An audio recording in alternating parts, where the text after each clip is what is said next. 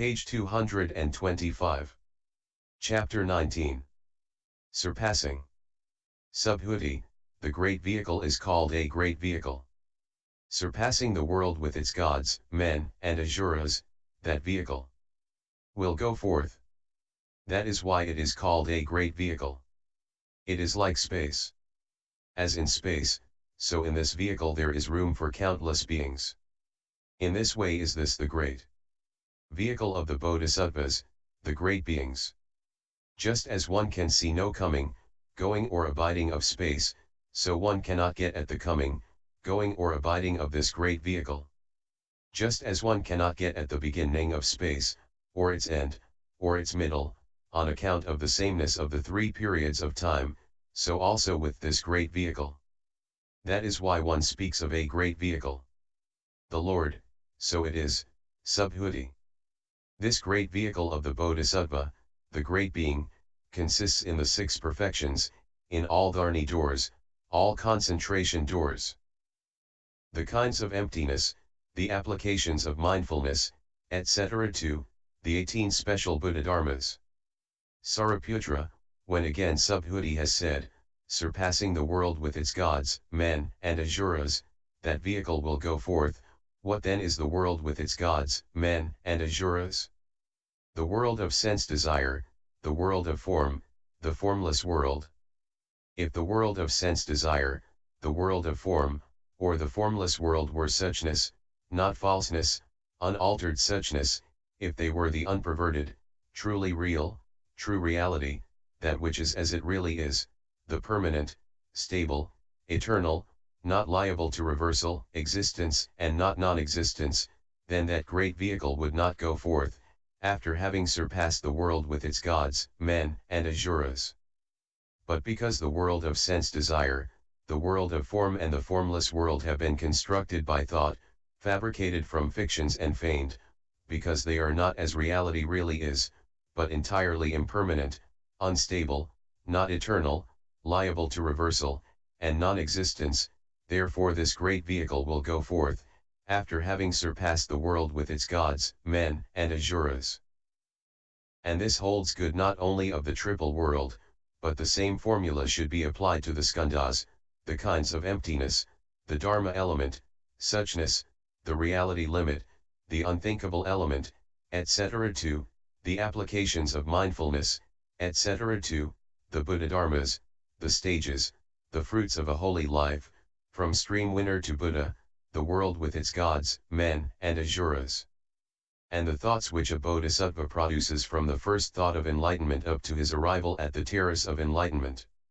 If the adamantine cognition were an existent and not non-existent, then the bodhisattva would not, having known all defilements and their residues as non-existent, reach the cognition of the all-knowing which is furnished with the best of all modes, but he reaches it because the adamantine cognition is non-existent and not inexistent. If the 32 marks of a Superman which the Tathagata possesses were existence and not non-existent, then the Tathagata would not outshine the world with its gods, men, and asuras with his splendor and majesty, but he outshines it because the 32 marks are non-existent and not existence. And the same applies to the light with which he irradiates countless world systems.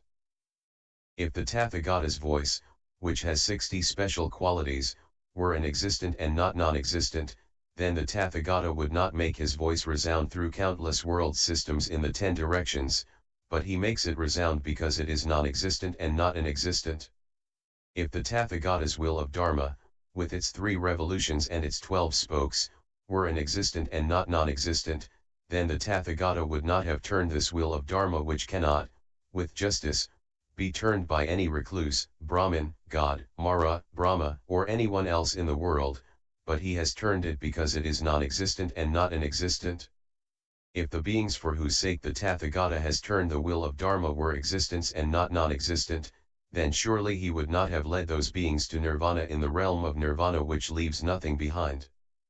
But because the beings for whose sake the Tathagata has turned the wheel of Dharma are non-existent and not existence, therefore beings have been led to nirvana, are being led to nirvana, and will be led to nirvana. Sariputra, as, Subhuti, you have said, the same as space is this vehicle, so it is, the same as space is the great vehicle. For these are the features which they have in common, the 10 directions are inconceivable of them. They are not long or short, round, or square, even or uneven, not blue, yellow, red, white, crimson, or crystalline, not past, future, or present. No decrease, increase, or loss can be conceived of them, no defilement or purification, no production, stopping, stability, instability or alteration of stability. They are not wholesome, unwholesome, or indeterminate. They are not seen, heard, known, or discerned. They are not cognizable or uncognizable, not discernible or comprehensible, not to be realized, forsaken or developed, not karma results or liable to lead to karma results. They are not included in the world of sense desire, the world of form, or the formless world. They are not with or without greed, with or without hate, with or without delusion. In them there is no first thought of enlightenment, no second, etc. 2, no 10th, none of the stages and none of the fruits. They are not material or immaterial, definable or undefinable, resisting or non-resisting, conjoined or disjoined, not permanent or impermanent, at ease or ill, self or not self, lovely or repulsive, empty or not empty, with sign or signless, with wish or wishless, calm or uncalm, isolated or unisolated.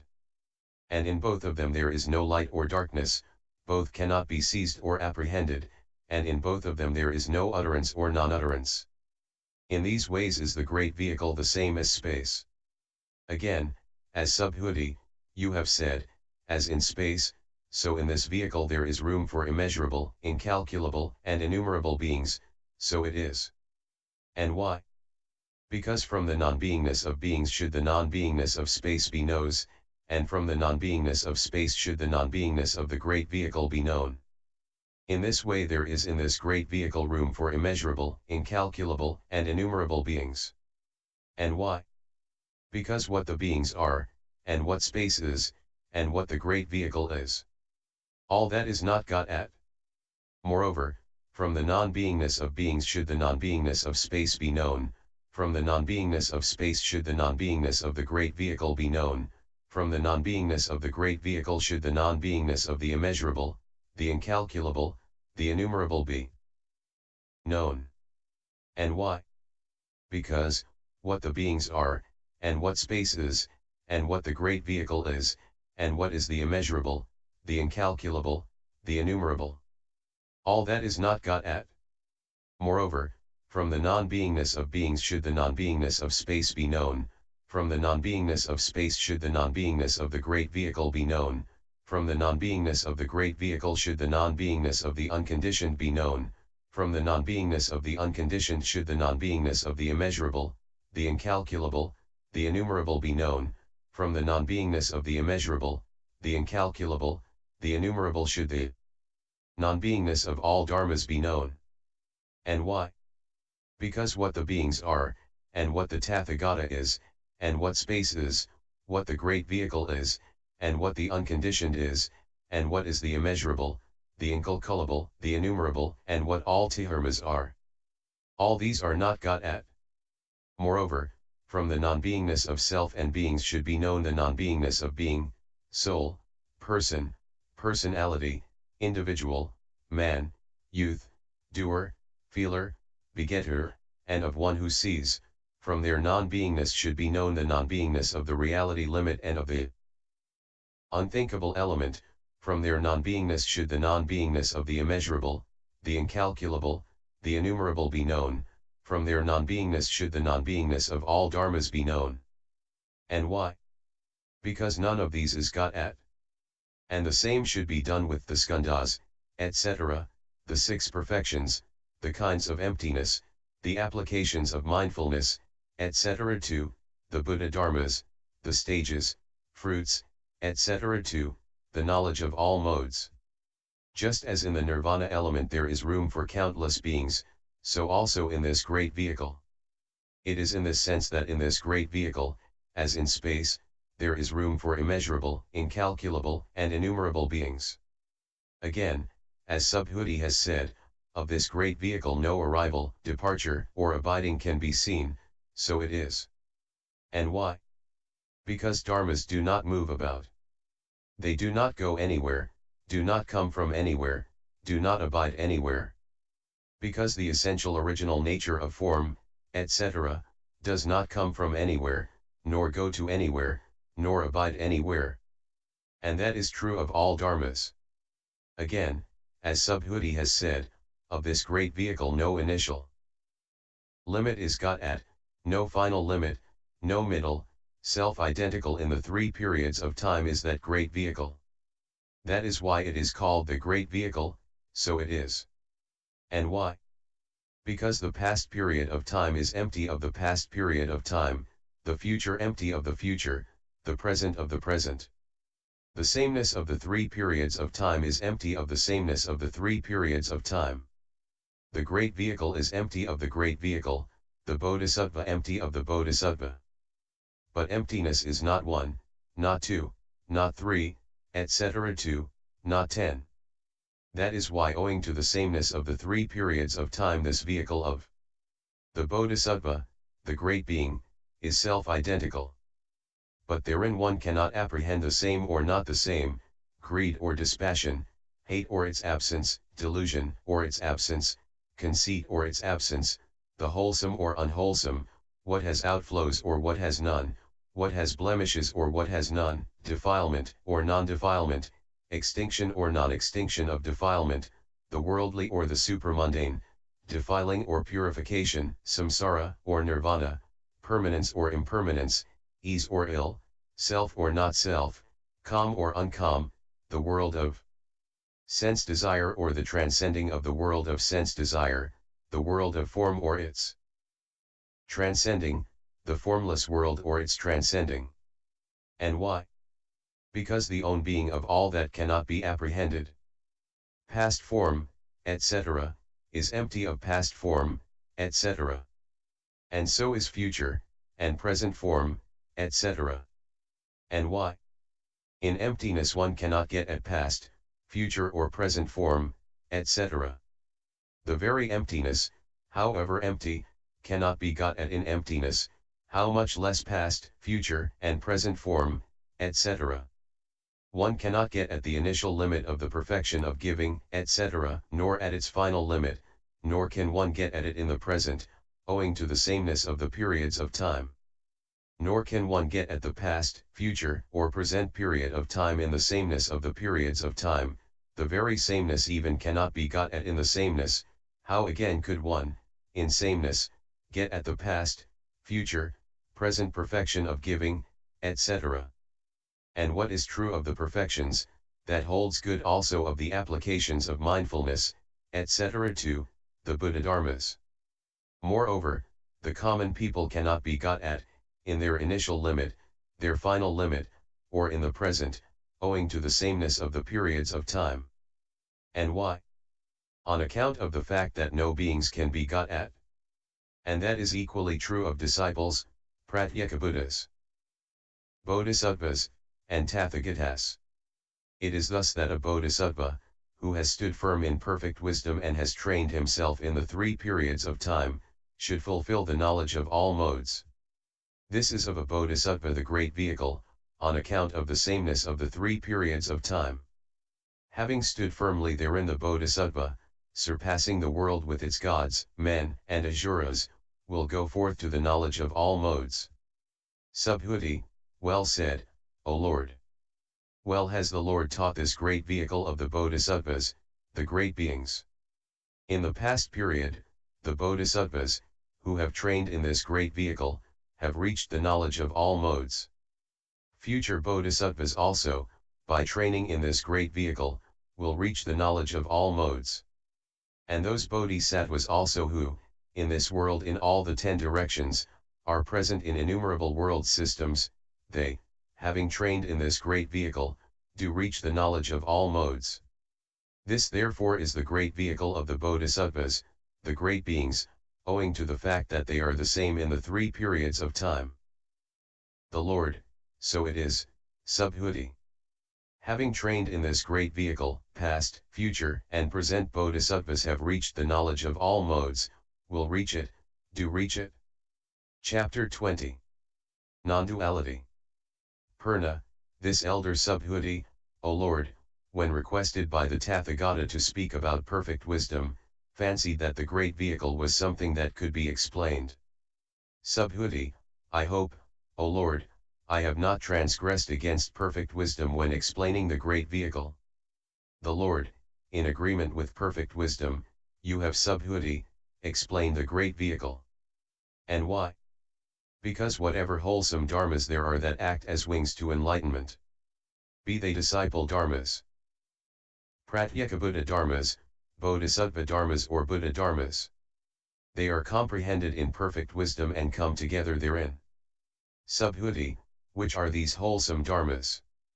The Lord, they are the applications of mindfulness, etc. to the 18 special Buddha dharmas, the state of being always mindful and even-minded. They are all comprehended in the perfection of wisdom and come together therein. But what the great vehicle is, what the perfections are, what the applications of mindfulness, etc. to the Buddha dharmas, what the Dharma Vinaya made known by the Tathagata, what form, etc., is, what the Dharma element, suchness, the reality limit, the unthinkable element, and nirvana. All these dharmas are neither conjoined nor disjoined, they are immaterial, undefinable, non-resisting, with one mark only, i.e. no mark. In this way you describe, Subhuti, the great vehicle in agreement with the perfection of wisdom. And why? Because the great vehicle is not one thing, and the perfection of wisdom another, the perfection of concentration, etc., again another. For the great vehicle and the perfection of wisdom, and the other perfections, are not two nor divided. Nor is the great vehicle one thing, and the applications of mindfulness, etc. to the Buddha dharmas another. In this way you describe, Subhuti, the great vehicle in agreement with the perfection of wisdom. Subhuti, furthermore, O Lord, a bodhisattva, who sets out on his journey, does not approach the goal of full bodhisattvahood, from where it begins, nor from where it ends, nor in the middle either. From the boundlessness of form, etc., should the boundlessness of a bodhisattva be known. A bodhisattva's form, etc. does not exist, cannot be apprehended. Since in each and every way I do not get at a bodhisattva, or see him, what bodhisattva should I instruct and admonish in what perfection of wisdom? Moreover, this bodhisattva is a mere designation. It is as with the self. Although we speak of a self, yet absolutely the self is something uncreated. Since therefore all dharmas have no own being, what is that form which is something uncreated? What is uncreated, that is not form, etc.? How shall I instruct and admonish a non-creation in a perfect wisdom which is also a non-creation? And yet, one cannot apprehend as other than uncreated, the dharmas of a bodhisattva who courses towards enlightenment. If, when this is being expounded, the thought of a bodhisattva does not become cowed, stolid, or regretful, and if his mind does not tremble, is npt frightened, nor terrified, then that bodhisattva, that great being courses in perfect wisdom. Sariputra, for what reason, Venerable Subhuti, do you say that a bodhisattva does not approach from the beginning, end, or middle? Subhuti, it is because of the non-beingness, the emptiness, the isolatedness of a being, because of the absence of an own being in it, that a bodhisattva does not approach, a bodhi being, at the beginning, at the end, or in the middle. And why? Because as a result of the non-beingness of a being, its emptiness, its isolatedness, and the absence of own being in it, one cannot apprehend its beginning, etc. Nor is the non-beingness of a being, its isolatedness, its emptiness, the absence of own being in it, one thing, and a bodhisattva another, and beginning, middle, and end again another, for all these are not two nor divided. El Nopedi, see Introduction p. From where it begins, etc., Purva Anteto. Wherever the term anta, and, occurs, a satisfactory English translation is almost impossible. The term is used here for the temporal limits of an event, i.e. the beginning and the end, the initial and the final limit. In addition, it means, in a derogatory sense, any extreme, or any of two correlative terms. It is the task of wisdom to rise above these extremes, to contact a thing beyond the limits which arbitrarily confine it, and thus to penetrate to the absolute. In consequence, ati and tatate because of beyond endness is usually translated as absolutely. The idea behind all this is that to isolate a thing from the remainder of reality is due to our self-seeking practical purposes, and is aided and abetted by the use of words which make artificial boundaries where there are none in reality itself. Each event is bound up with all others, and temporal and spatial limitations spring only from craving and ignorance. It is because of the non-beingness of form, etc., its emptiness, its isolatedness, its lack of own being, that a bodhisattva does not approach, a bodhi being, from either beginning, end, or middle. Because form, etc., cannot be apprehended in non-beingness, emptiness, isolatedness, or in lack of own being. Nor is non-beingness one thing, emptiness another, isolatedness another, lack of own being another, a bodhisattva another, form, etc., another, beginning, end, and middle another, but all these are not two nor divided. And that should be done for all dharmas. Sariputra, as again, Subhuti, you say, for what reason should the boundlessness of a bodhisattva be known from the boundlessness of form, etc.? Subhuti, form, etc., is the same as space. And why? Of space one cannot apprehend a beginning, end, or middle, but it is because of its endlessness and boundlessness that one speaks conventionally of space. Just so one cannot apprehend a beginning, end, or middle of form, etc. And why? On account of the emptiness of form, etc. Of emptiness one cannot apprehend a beginning, end, or middle, and yet one nevertheless speaks conventionally of emptiness. And so for all dharmas. It is by this method that the boundlessness of a bodhisattva should be known from the boundlessness of form, etc. Sariputra, for what reason do you say that a bodhisattva's form does not exist, cannot be apprehended? Subhuti, form, etc., is empty of form, etc. And why? Because in emptiness form, etc., as well as the bodhisattva, does not exist, and cannot be found. And so for all dharmas. The disciple is empty of discipleship, the Pratyekabuddha of Pratyekabuddhahood, the Tathagata of Tathagatahood. And why? For in emptiness the Tathagata does not exist, nor does a bodhisattva. It is in this way that a bodhisattva's form, etc., does not exist, cannot be apprehended. Sariputra, for what reason do you say that since in each and every way I do not get at a bodhisattva, or see him, what bodhisattva should I instruct and admonish in what perfect wisdom? Subhuti, in form, form cannot exist or be apprehended. In feeling form cannot exist or be apprehended, nor can feeling in feeling, feeling in form, form and feeling.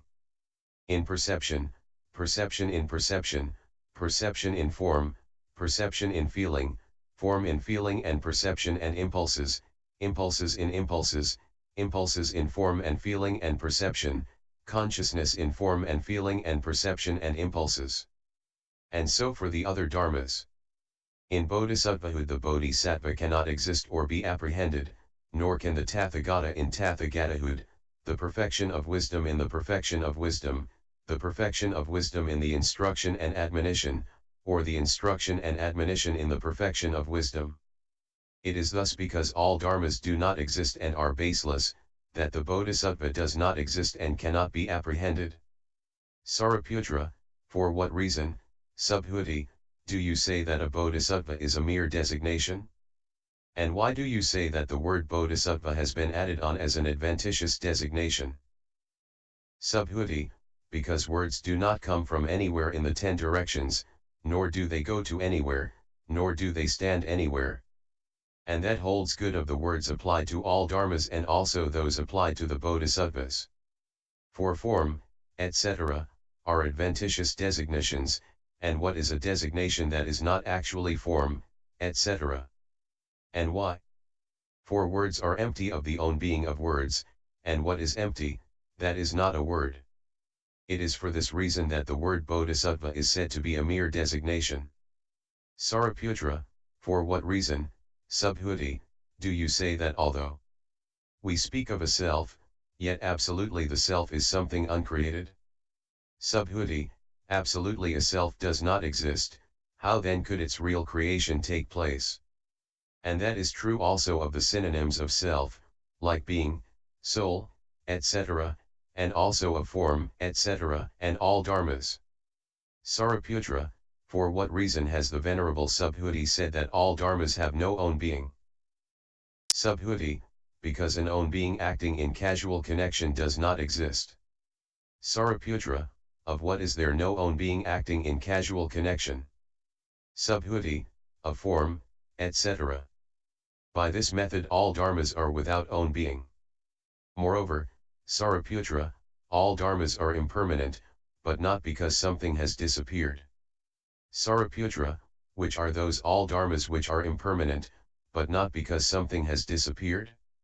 Subhuti, form, etc., is impermanent, but not because something has disappeared. And why? For what is impermanent, that is non-existence and extinction. Likewise all dharmas are ill, not self, calm, empty, signless, wishless, but not because something has disappeared. They are wholesome, faultless, without outflows, undefiled, supramundane, non-purified, unconditioned. And why? Because the unconditioned is non-existence and extinction. By this method all dharmas are without own being, but not by the disappearance of anything. Moreover, Sariputra, all dharmas are neither unmoved nor destroyed. Sariputra, for what reason? Subhuti, form, etc. is neither unmoved nor destroyed. And why? Such is its essential original nature. The same is true of all that is wholesome or unwholesome, faulty or faultless, with or without outflows, defiled or undefiled, worldly or supramundane, conditioned or unconditioned, defilement or purification, samsara or nirvana. By this method all dharmas have no own being. Sariputra, for what reason, Subhuti, have you said that form, etc., is not brought about? Subhuti, form, etc., is not a really created thing. And why? Because there is no agent who could bring them about, nor can such an agent be apprehended. Sariputra, for what reason, Subhuti, is that which is uncreated not form, etc.? Subhuti, because form, etc., is empty in its essential nature. And what is empty in its essential nature? Of that there is no production or passing away, and in consequence also no alteration can be conceived of it. Sariputra, for what reason, Subhuti, do you say, how shall I instruct and admonish a non-creation in a perfect wisdom which is also a non-creation? Subhuti, because, as a non-creation, so is perfect wisdom, and what is perfect wisdom that is a non-creation? Perfect wisdom and a non-creation are therefore not divided. Sariputra, for what reason can one not apprehend as other than uncreated, the dharmas of a bodhisattva who courses towards enlightenment? Subhuti, because a bodhisattva, who courses in perfect wisdom, does not review a non-creation as one thing, and a bodhisattva as another. A bodhisattva and a non-creation are not two nor divided. Nor does he review form, etc. as other than a non-creation. For a non-creation, and form, etc., are not two nor divided. Sariputra, for what reason? Venerable Subhuti, do you say that if when this is being expounded, the thought of a bodhisattva does not become cowed, stolid, or regretful, and if his mind does not tremble, is not frightened or terrified, then that bodhisattva courses in perfect wisdom? Subhuti, because there a bodhisattva reviews all dharmas as without inward striving, as similar to a moksha, a dream, a mirage, an echo, an image, a reflection of the moon in the water, a magical creation, a village of the Gandharvas. At the time when a bodhisattva, who courses in perfect wisdom, investigates those dharmas, at that time he does not approach form, etc., does not grasp at it, does not take his stand on it, does not settle down in it, does not make it known as form, etc., is that. For a bodhisattva, who courses in perfect wisdom, does not review form, etc. And why? Because the non-production of form, etc., is not form, etc. Form, etc., and non-production are not two nor divided. What is the non-production of the Dharma element, that is not the Dharma element? What is the non-production of suchness, the space element, the reality limit, the unthinkable element, enlightenment, and the knowledge of all modes, that is not suchness, etc., 2, not the knowledge of all modes. It is thus that the Dharma element and non-production are not two or divided. It is thus that suchness, etc., 2, not the knowledge of all modes and non-production are not two or divided. And why? Because non-production is not one or two, not many or single. Therefore the non-production of the knowledge of all modes is not the knowledge of all modes. The passing away of form, etc., is not form, etc. It is thus that the skandhas and passing away are not two or divided. And why? Because passing away is not one or two, not many or single. Therefore, what is the passing away of the 5 skandhas, that is not the 5 skandhas? And so far all dharmas. Inasmuch as one calls anything form, etc., one makes account of what is non-dual. Subhuti, form, etc., is impermanent, but not because something has disappeared. And why? For what is impermanent, that is non-existence and extinction. Likewise all dharmas are ill, not self, calm, empty, signless, wishless, but not because something has disappeared. They are wholesome, faultless, without outflows, undefiled, supramundane, non-purified, unconditioned. And why? Because the unconditioned is non-existence and extinction. By this method all dharmas are without own being, but not by the disappearance of anything. Moreover, Sariputra, all dharmas are neither unmoved nor destroyed. Sariputra, for what reason? Subhuti, form, etc., is neither unmoved nor destroyed. And why? Such is its essential original nature.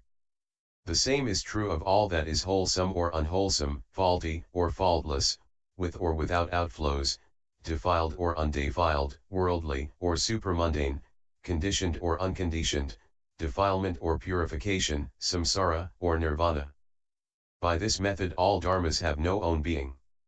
Sariputra, for what reason, Subhuti, have you said that form, etc., is not brought about? Subhuti, form, etc., is not a really created thing. And why? Because there is no agent who could bring them about, nor can such an agent be apprehended. Sariputra, for what reason, Subhuti, is that which is uncreated not form, etc. Subhuti, because form, etc., is empty in its essential nature. And what is empty in its essential nature? Of that there is no production or passing away, and in consequence also no alteration can be conceived of it. Sariputra, for what reason, Subhuti, do you say, how shall I instruct and admonish a non-creation in a perfect wisdom which is also a non-creation? Subhuti, because, as a non-creation, so is perfect wisdom, and what is perfect wisdom that is a non-creation? Perfect wisdom and a non-creation are therefore not two, not divided. Sariputra, for what reason can one not apprehend as other than uncreated, the dharmas of a bodhisattva who courses towards enlightenment? Subhuti, because a bodhisattva, who courses in perfect wisdom, does not review a non-creation as one thing, and a bodhisattva as another. A bodhisattva and a non-creation are not two nor divided. Nor does he review form, etc. as other than a non-creation. For a non-creation, and form, etc., are not two nor divided. Sariputra, for what reason, Venerable Subhuti, do you say that if when this is being expounded, the thought of a bodhisattva does not become cowed, stolid, or regretful, and if his mind does not tremble, is not frightened or terrified, then that bodhisattva courses in perfect wisdom? Subhuti, because there a bodhisattva reviews all dharmas as without inward striving, as similar to a moksha, a dream, a mirage, an echo, an image, a reflection of the moon in the water, a magical creation, a village of the Gandharvas. At the time when a bodhisattva, who courses in perfect wisdom investigates those dharmas, at that time he does not approach form, etc., does not grasp at it, does not take his stand on it, does not settle down in it, does not make it known as form, etc., is that. For a bodhisattva, who courses in perfect wisdom, does not review form, etc. And why? Because the non-production of form, etc., is not form, etc. Form, etc., and non-production are not two nor divided. What is the non-production of the Dharma element, that is not the Dharma element? What is the non-production of suchness, the space element, the reality limit, the unthinkable element, enlightenment, and the knowledge of all modes, that is not suchness, etc., 2, not the knowledge of all modes. It is thus that the Dharma element and non-production are not two or divided. It is thus that suchness, etc. 2, not the knowledge of all modes and non-production are not two or divided. And why? Because non-production is not one or two, not many or single. Therefore the non-production of the knowledge of all modes is not the knowledge of all modes. The passing away of form, etc., is not form, etc. It is thus that the skandhas and passing away are not two or divided. And why? Because passing away is not one or two, not many or single. Therefore, what is the passing away of the 5 skandhas, that is not the 5 skandhas? And so far all dharmas. Inasmuch as one calls anything form, etc., one makes account of what is non-dual. Chapter 21. Subhuti the Elder. Sariputra, how, Subhuti, does a bodhisattva, who courses in perfect wisdom, investigate these dharmas? What is a bodhisattva, what perfect wisdom, what the investigating? Subhuti, you ask, what is a bodhisattva? Just enlightenment is his substance, therefore is he called a bodhi. Sattva. But though that enlightenment allows him to know the modes of all dharmas, he does not settle down in them. The modes of which dharmas does he know? He knows the modes of form, etc. too, Buddha dharmas, but he does not settle down in them. Sariputra, what are the modes of all dharmas? Subhuti, those modes, those characteristics, those signs, by which form, etc., inner and outer dharmas, conditioned and unconditioned dharmas, are made known, those are called the modes of all dharmas. Again, Sariputra, you ask, what is perfect wisdom? She has abstained, she has caused to abstain. That is why she is called perfect wisdom. From what has she abstained? From what has she caused, others, to abstain? From the skandhas, sense fields, and elements, from conditioned co-production, from the perfections, the kinds of emptiness, the applications of mindfulness, etc. too, from the Buddha dharmas, and all knowledge. Again, Sariputra, you ask, what is the investigating? Here a bodhisattva, who courses in perfect wisdom, investigates form, etc., as not permanent or impermanent, not at ease or ill, etc. too, not isolated or unisolated. It is thus that a bodhisattva, who courses in perfect wisdom, investigates all these dharmas. Sariputra, for what reason, Subhuti, do you say that the non-production of form, etc., is not form, etc. Subhuti, form, etc., is empty of form, etc. And that emptiness is neither form, etc., nor production. In this way the non-production of form, etc., is not what form, etc., is. Sariputra, for what reason, Subhuti, do you say that the passing away of form, etc., is not form, etc.? Subhuti, because these, that passing away, and that form, etc., and the fact of their being undivided, all these dharmas are neither conjoined nor disjoined, they are immaterial, undefinable, non-resisting, with one single mark only, i.e. with no mark. Sariputra, for what reason, Subhuti, do you say that, inasmuch as one calls anything form, etc., one makes account of what is non-dual? Subhuti, because non-production is not one thing, and form, etc. another. The very non-production is form, etc., the very form, etc., is non-production. At the time, O Lord, when a bodhisattva who courses in perfect wisdom investigates those dharmas, at that time he reviews the non-production of form, etc. to, the Buddha dharmas, on account of their absolute purity. Sariputra, as I understand the meaning of the Venerable Subhuti's teaching, everything from form to the Buddha dharmas is non-production.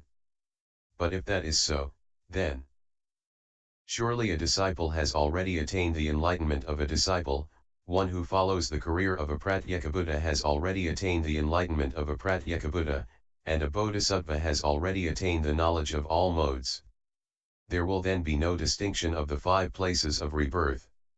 If all dharmas are non-production, a bodhisattva has already attained the 5-fold enlightenment. For what purpose should the stream winner develop the path for the sake of forsaking the 3 fetters? Or the once returner for the sake of attenuating greed, hate, and delusion? Or the never returner for the sake of forsaking the 5 lower fetters? Or the arhat for the sake of forsaking the 5 higher fetters? Or those who belong to the vehicle of the Pratyekabuddhas for the sake of the attainment of the enlightenment of a Pratyekabuddha? For what reason does a bodhisattva go on the difficult pilgrimage, and experience all those sufferings, which he is said to undergo, for the sake of beings? For what reason has the Tathagata known full enlightenment, and turned the will of Dharma? Subhuti, I do not wish or look for the attainment of an unproduced Dharma, or for reunion with one. I do not look for the stream winnership of non-production, or for the fruit of a stream winner in non-production. I do not, on the part of non-production, wish or look for any of the spiritual attainments, up to the enlightenment of a Pratyekabuddha and Pratyekabuddhahood. I do not look for a bodhisattva who has gone on the difficult pilgrimage. In any case, a bodhisattva does not course in the perception of difficulties. And why?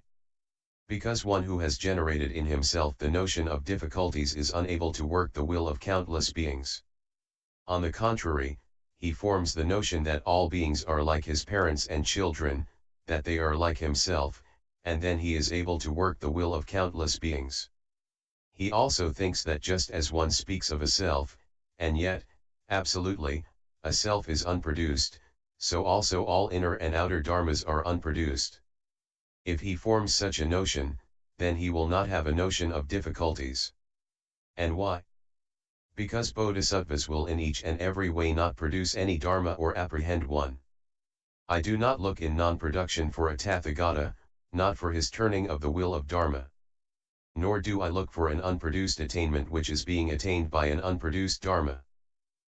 Sariputra, is then an unproduced attainment attained through an unproduced dharma, or through a produced dharma? Subhuti, I do not look for an unproduced attainment which is being attained through an unproduced dharma, nor for a produced attainment which is being attained through an unproduced dharma. Sariputra, do you look for an attainment by an unproduced, or by a produced dharma? Subhuti, I do not look for either. Sariputra, is there then no attainment, is there no reunion? Subhuti, there is attainment, there is reunion, but not in ultimate reality. It is through worldly conventional expressions that attainment and reunion are conceived. That stream winners, etc. too, Buddhas are conceived. But in ultimate reality there is none of all this. Sariputra, is it intelligible to talk of an unproduced dharma? Subhuti, as you say, Sariputra, it is intelligible to talk of an unproduced dharma, and likewise of non-production. And why? Because the unproduced dharma, the intelligibility, the talking, and the non-genesis. All these dharmas are neither conjoined nor disjoined, they are immaterial, undefinable, non-resisting, with one mark only, i.e. no mark. Sariputra, the talking also is non-production, and so is the intelligibility, and so is the dharma. And unproduced are those dharmas about which one can talk intelligibly. Subhuti, so it is, Sariputra. And why? Because everything from form to the knowledge of all modes is non-production. Sariputra, so it is. Moreover, as attainment and reunion take place only by way of worldly conventional expression, does also the differentiation of the five destinies take place only by way of worldly conventional expression, and not in ultimate reality? Subhuti, so it is, Sariputra. And why? Because in ultimate reality there is no karma or karma result, no production or stopping, no defilement or purification. Sariputra, furthermore, Subhuti, is an unproduced dharma produced, or is a produced dharma produced? Subhuti, I do not look for the production of a produced dharma, and I also do not look for the production of an unproduced dharma. Sariputra, of which unproduced dharma do you not look for the production? Subhuti, I do not wish for the production, which is empty of own being, of the unproduced dharma of form, etc. to Buddha dharmas. I do not wish even for the production of enlightenment, which is unproduced and empty of own being. Sariputra, and again, Subhuti, is production, or non-production produced? Subhuti, neither. And why? Because those two dharmas, production and non-production, are neither conjoined nor disjoined, they are immaterial, undefinable, non-resisting, with one mark only, i.e. with no mark. In this way neither production nor non-production is produced. Talk is therefore non-production, and so is intelligible speech, and so is a dharma, and also those dharmas are unproduced concerning which one can talk intelligibly. Sariputra, in the first rank of the preachers of dharma, should the venerable Subhuti be placed. And why? For from whatever angle he may be questioned, he always finds a way out. Subhuti, this is the true nature of the Tathagata's disciples, that they do not lean on all dharmas. From whatever angle they may be questioned, they always find a way out. And why? Because no dharma ever leans on another. Sariputra, in what way do all dharmas not lean on anything? Subhuti, form, etc., is empty in its essential original nature. It is not inwardly supported, not outwardly supported, and it cannot be apprehended anywhere between both. In this manner all dharmas do not lean on anything, on account of the emptiness of their essential original nature. It is thus that a bodhisattva, who courses in the six perfections, should fully cleanse all dharmas, from form to the knowledge of all modes. Sariputra, how does a bodhisattva, who courses in the six perfections, cleanse the path to enlightenment? Subhuti, there is a worldly perfection of giving, and there is a supramundane perfection of giving. Sariputra, what is the worldly, and what the supramundane perfection of giving? Subhuti, this is the worldly perfection of giving. Here a bodhisattva gives, and gives liberally, to recluses, Brahmins, the poor, mendicants, travelers, and beggars. He gives food to those who are hungry, and to those who desire them he gives drinks, vehicles, garments, perfumes, garlands, ointments, flowers, incense, aromatic powders, homes, asylum, shelter, the requirements of life, services, lodgings, and medicines. Likewise he gives his sons, daughters, and wife, kingdoms, as well as his head, limbs, flesh, blood, and marrow to those who desire them. But he renounces all that while leaning on something. It occurs to him, I give, that one receives, this is the gift. I renounce all that I have without any niggardliness. I act as the Buddha commands. I practice the perfection of giving. I, having made this gift into the common property of all beings, dedicate it to the supreme enlightenment, and that without basing myself on anything. By means of this gift and its fruit, may all beings in this very life be at their ease, and may they without any further clinging enter the final nirvana. Tied by 3 ties he gives a gift. Which 3? The notion of self, the notion of others, the notion of a gift. To give a gift tied by these 3 ties, that is called the worldly perfection of giving, and it is called worldly. Because one does not swerve away from the world, does not depart from it, does not pass beyond it. The supramundane perfection of giving, on the other hand, consists in the threefold purity. What is the threefold purity? Here a bodhisattva gives a gift, and he does not apprehend a self, a recipient, or a gift, also no reward of his giving.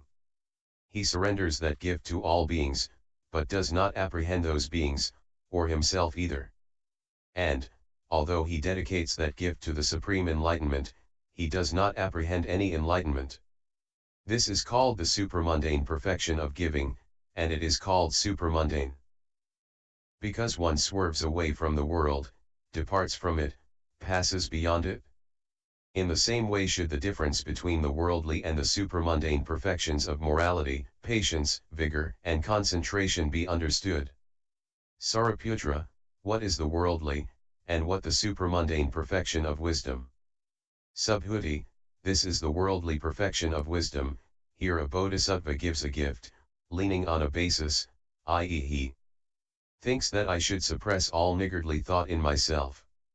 Leaning on the notions of self, being, and gift, he renounces all that he has, all inner and outer things, appropriated and unappropriated, and there is nothing that he does not renounce. And that wholesome root, which results from this act of renunciation, he dedicates to the supreme enlightenment, after he has made it common to all beings. But leaning on a basis, he tends morality, and is established in the ascetic practices, while leaning on the body, speech, and thought as a basis. While he tends those 10 ways of wholesome action, leaning on the views of self, a being, and wholesomeness, he dedicates those moralities, made common to all beings, to an enlightenment which he has apprehended, and throughout basing himself on something. He exalts not himself, nor depreciates others, and endures being ill-treated by all, while leaning on the views of self, a being, and patience. That wholesomeness he dedicates to the supreme enlightenment, after he has made it common to all beings, but leaning on a basis. He exerts vigor, while apprehending body, thought, the equipment with merit, the equipment with cognition, a self, and enlightenment, and he fancies himself for that exertion in vigor. Having made that merit common to all beings, he dedicates it to the supreme enlightenment, while basing himself on something. He develops friendliness, compassion, sympathetic joy, and impartiality. He enters into the trances and attainments and again emerges from them. But he derives relish from them and in consequence fancies himself for them. He makes the wholesome roots common to all beings and dedicates them to enlightenment, but always having some basis in view. He develops emptiness, and he apprehends that everything from form to the enlightenment of a Buddha is empty, always basing himself on something. Those wholesome roots he makes common to all beings and dedicates them to the supreme enlightenment, but by way of assuming a basis. He confesses all the evil he has done, by way of assuming a basis, and rejoices at his own merit and that of others. For his own sake and that of others he entreats the Buddhas for instruction, but while basing himself on something. Without skill in means he dedicates the merit, from his confession, rejoicing, and entreaty, to all knowledge, having first made it common to all beings. This is called the worldly. Perfection of wisdom. What, on the other hand, is the supramundane perfection of wisdom? Through his non-apprehension of self, being's, gift, or enlightenment, and through the threefold purity, he cleanses the perfection of giving for enlightenment. Through his non-apprehension of self, being, morality, or enlightenment, he cleanses the perfection of morality for enlightenment, and likewise the perfection of patience by the non-apprehension of self, beings, enduring, and enlightenment, the perfection of vigor by the non-apprehension of self, physical and mental vigor, merit, and cognition, and enlightenment, the perfection of concentration by the non-apprehension of self, beings, trances, and concentrations and attainments, and enlightenment, the perfection of wisdom by the non-apprehension of self, beings, all dharmas and enlightenment. He dedicates all wholesome roots to the supreme enlightenment, by means of a dedication which is undifferentiated, supreme, equal to the unequaled, unthinkable, incomparable, and measureless. This is called the supramundane perfection of wisdom. Sariputra, what is a bodhisattva's path to enlightenment? Subhuti, the four applications of mindfulness, and so on. Sariputra, of which perfection is that the doing? Subhuti, of the perfection of wisdom. For the perfection of wisdom is the genitrix and recipient of all wholesome dharmas, be they the dharmas of disciples, Pratyekabuddhas, Bodhisattvas, or Buddhas. After training in perfect wisdom, the Tathagatas of the past have known full enlightenment. The Tathagatas of the future will know full enlightenment after training in perfect wisdom. And those Tathagatas who at present in the world in the 10 directions stand, hold, and maintain themselves, and demonstrate Dharma, all these also have known full enlightenment after training in just this perfection of wisdom. If, when this perfection of wisdom is being taught, a bodhisattva is not perplexed or stupefied, then one should know that he dwells in this dwelling, and that he is not lacking in this attention, i.e. in the attention which does not abandon all beings in order to protect them, and in the attention of the great compassion. Sariputra, so it is, as you say. Such a bodhisattva dwells in this dwelling, and is not lacking in this attention.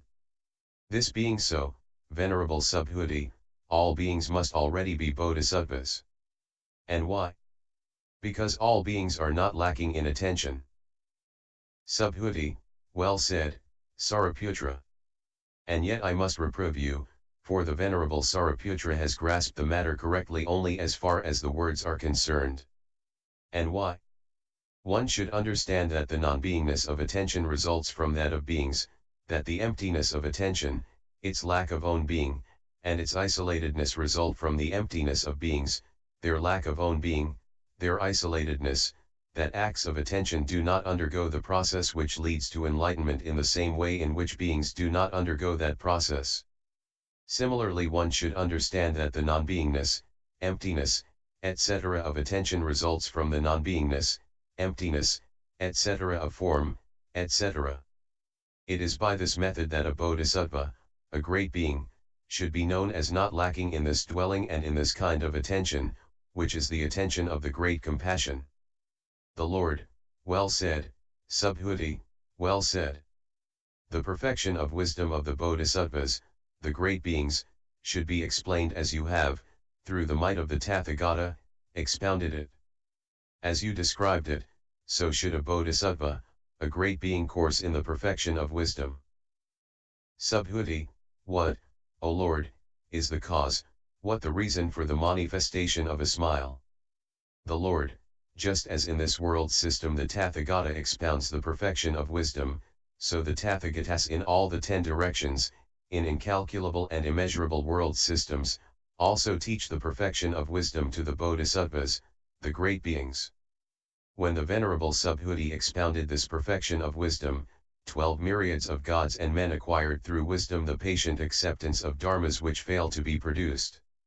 And when the Buddhas and Lords in the world systems in the 10 directions all round taught this perfection of wisdom to the bodhisattvas, the great beings, the hearts of countless beings were raised to full enlightenment.